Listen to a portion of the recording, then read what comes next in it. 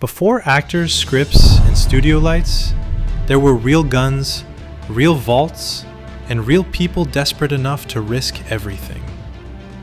Hollywood has always loved the heist film. The thrill of the plan, the elegance of the crime, and the inevitable fall. But behind many of those blockbusters lie stories that weren't written in screenplays. They were written in police reports. The truth is often stranger than fiction.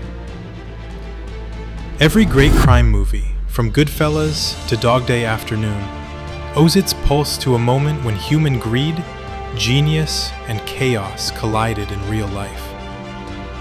These robberies weren't just crimes. They were turning points in criminal history. Moments so outrageous or human that the silver screen couldn't resist them. Here are 10 true robberies that didn't just shock the world. They inspired it.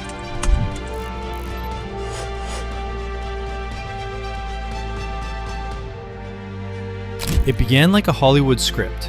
An inside man, a crew of loyal friends, and a plan too perfect to fail. Alan Pace, a supervisor at Dunbar Armored in Los Angeles, spent months studying security routines, cameras, and shift patterns. Then, one night in 1997, he turned his insider knowledge into the largest cash heist in American history. $18.9 million, stolen in under 30 minutes. Pace and his 5 childhood friends executed the operation flawlessly. They entered after hours, ambushed guards, and escaped unseen. For years, it was the ultimate unsolved robbery. But like every cinematic downfall, greed left fingerprints. Literally. One of the conspirators used a stack of stolen bills, still wrapped in Dunbar seals, to buy real estate. That small slip unraveled the entire operation. Alan Pace was sentenced to 20 years in prison. Authorities recovered only $5 million. The rest, nearly $14 million, vanished forever, fueling endless speculation and the inspiration for multiple films about the perfect inside job.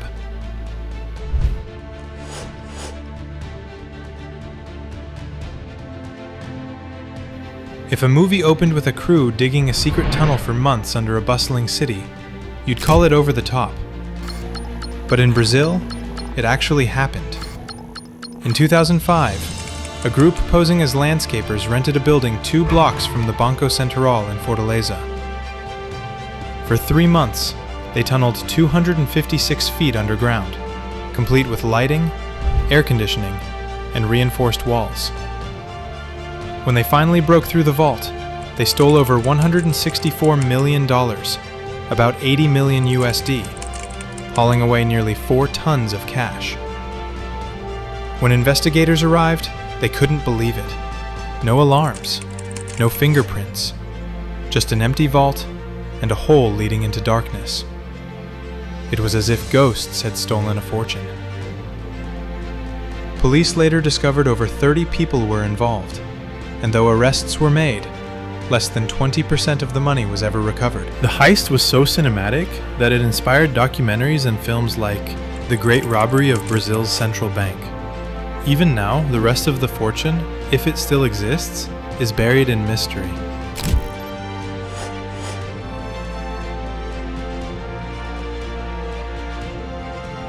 They called it the heist of the century, and for a while, it truly was.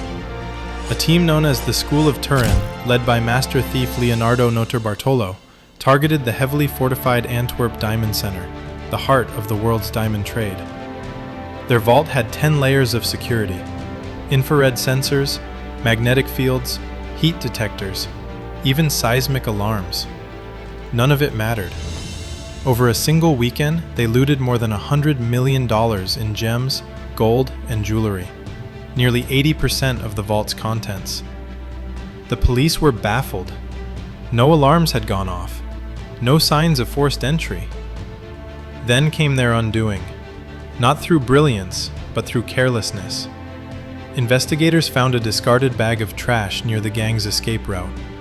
Inside was a half-eaten salami sandwich. DNA from that sandwich matched Notarbartolo. The man who once bragged we didn't leave a single crumb behind, literally left one. Today, the Antwerp heist remains one of history's most cinematic crimes. Precise, daring, and ruined by one human mistake.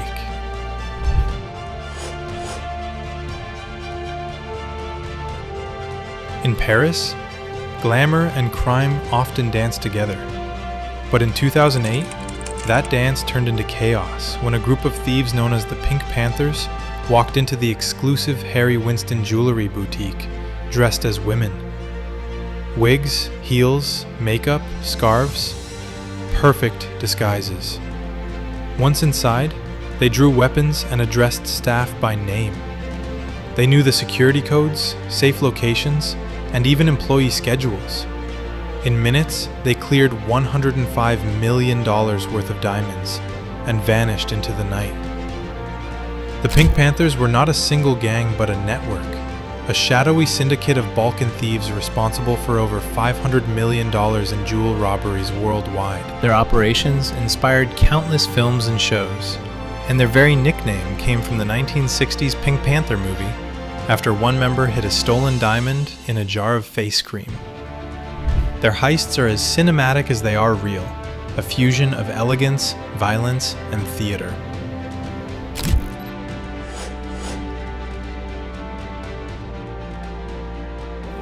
It was the perfect British crime, polite, meticulous, and quietly scandalous. In September 1971, a group of robbers rented a small shop on Baker Street, London. From there, they tunneled 40 feet under a chicken shop, through concrete, and straight into the vault of Lloyd's Bank. They used thermal lances to cut through the floor and walkie-talkies to coordinate, but their voices, calm and collected, were picked up accidentally by a ham radio operator who overheard, "We've got the box open." He alerted police, who began scanning the area for signals. When the story hit the press, it mysteriously vanished days later. Rumors swirled that a D notice, a government censorship order, was issued to suppress a national scandal, perhaps photos of a royal.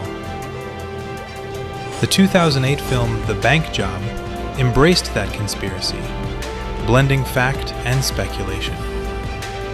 Whether or not the cover-up was real, the robbery proved one thing. In London, the line between secrecy and scandal was paper thin.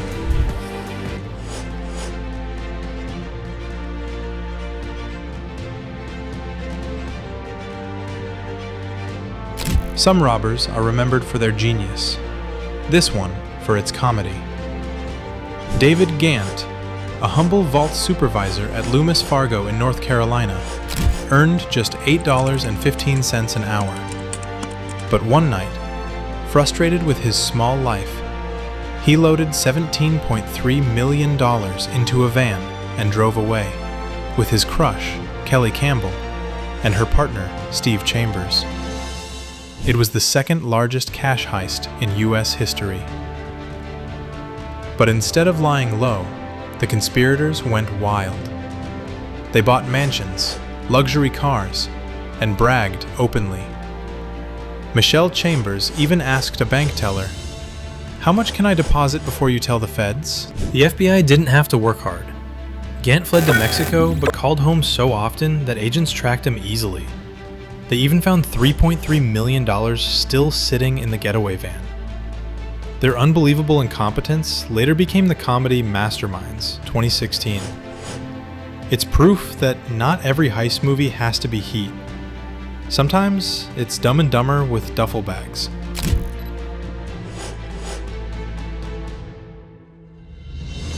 At 3 a.m. on August 8, 1963, a Royal Mail train carrying millions in cash slowed to a stop in rural England, halted by a false red signal wired by thieves. 15 men, led by Bruce Reynolds, boarded the train, overpowered the staff, and made off with £2.6 million, worth over £70 million today. They hid in a farmhouse, counting money and playing Monopoly with the real cash. That game would later doom them. Police lifted fingerprints from the board and bottles left behind. The robbery turned Britain upside down. Newspapers painted the gang as anti-establishment legends, especially Ronnie Biggs, who escaped prison and fled across the world. For decades, he was a tabloid celebrity. Hollywood couldn't resist.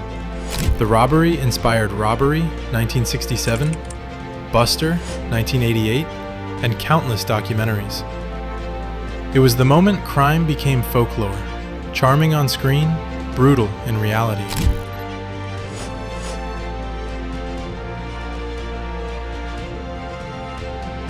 Not all robberies end in escape. Some end in war. In 1997, two heavily armed men, Larry Phillips Jr. and Emil Mataserenu, entered a Bank of America branch in North Hollywood.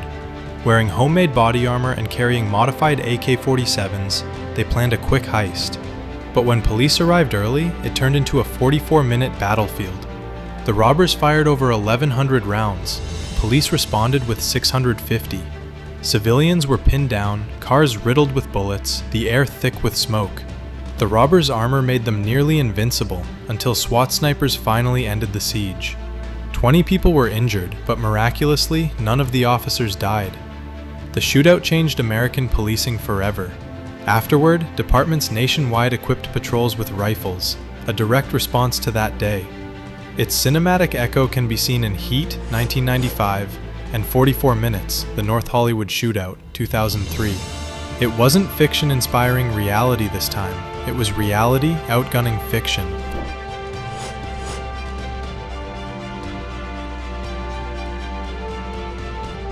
If Goodfellas had a heartbeat, it was this robbery. In December 1978, mob associates led by Jimmy Burke, fictionalized as Jimmy Conway, targeted the Lufthansa cargo terminal at JFK Airport. Using insider information, they stole $5.875 million in cash and jewelry, the largest haul in U.S. history at the time. The heist was flawless. The aftermath was carnage. Burke, fearing exposure, began eliminating anyone connected to the crime. One by one, his partners disappeared, bodies found in cars, dumpsters, or never at all. Henry Hill, the mobster who later turned informant, said it best. Jimmy was killing everybody who had anything to do with the robbery. 10 men vanished, and the money was never fully recovered. When Scorsese turned the story into Goodfellas, it wasn't just a movie. It was a monument to paranoia, power, and betrayal. A real-life tragedy, dressed in cinematic perfection.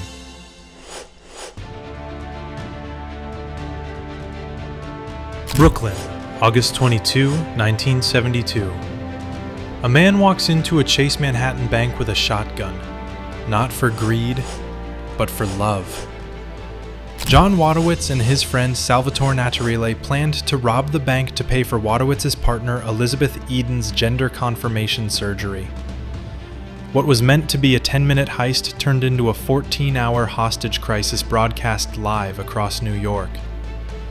As police surrounded the building, crowds gathered outside, not to condemn, but to cheer. They chanted "Attica, Attica," echoing the rage from the recent prison riots. To many, Wadowitz wasn't a villain. He was a symbol of rebellion, heartbreak, and human contradiction. Only $38,000 was stolen, but the story became legend. 3 years later, Al Pacino immortalized it in Dog Day Afternoon, earning 6 Oscar nominations and cementing it as one of cinema's greatest crime dramas. The real Wadowitz said later, "I robbed a bank for love. What did you ever do for someone you love?" That line alone could have come from a screenplay, except this time it was true. Every robbery on this list started as desperation and ended as legend. Some criminals wanted fortune, others wanted freedom, revenge, or love. But each one showed how human ambition, when twisted by circumstance, can become myth. Hollywood didn't invent these stories, it inherited them. Raw, flawed, and fascinating. From Brooklyn to Brazil, these heists prove one thing. Reality writes better thrillers than any screenwriter ever could. Because in the end, the greatest crime of all is how close real life comes to fiction.